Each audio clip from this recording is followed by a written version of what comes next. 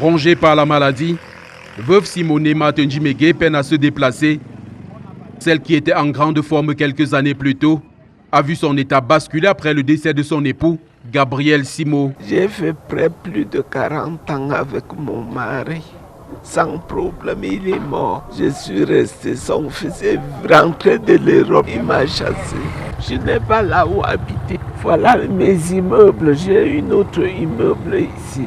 J'ai d'autres en bas. Et il ne veut pas que j'habite l'autre. Je demande les maisons pour habiter. Face à une réalité à laquelle une veuve, encore sous le choc du décès de son mari, ne s'y attendait pas, les conséquences sont graves sur son état de santé. Quand il m'a chassé, une semaine après, j'ai fait l'AVC. Cette veuve, qui dit avoir été privée de tout ce qu'elle a bâti avec son défunt époux, souffre également d'insuffisance rénale et peine à suivre ses séances de dialyse. Je reste aussi pour attendre que la mort vienne.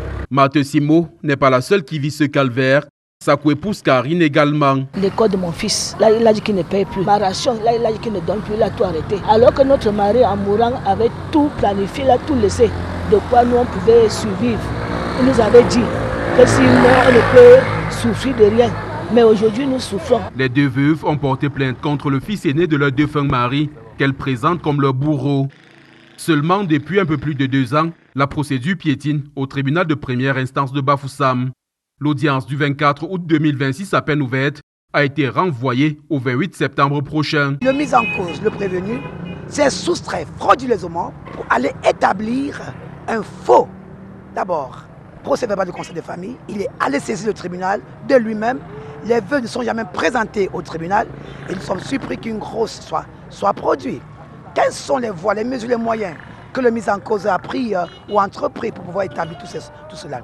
Ce sont que des voies frauduleuses et non conformes à la loi. Au Cameroun aujourd'hui, la jouissance des avoirs successoraux des veuves est un véritable problème. Ces veuves exaspérées appellent à l'intervention des hautes autorités de la République pour que justice soit rendue. J'ai pleuré jusqu'à... Je ne connais plus quoi faire. Sauvez-moi, mon président. Maman, je t'appelle. Sauvez-moi. Aidez-moi. Enlevez-moi dans...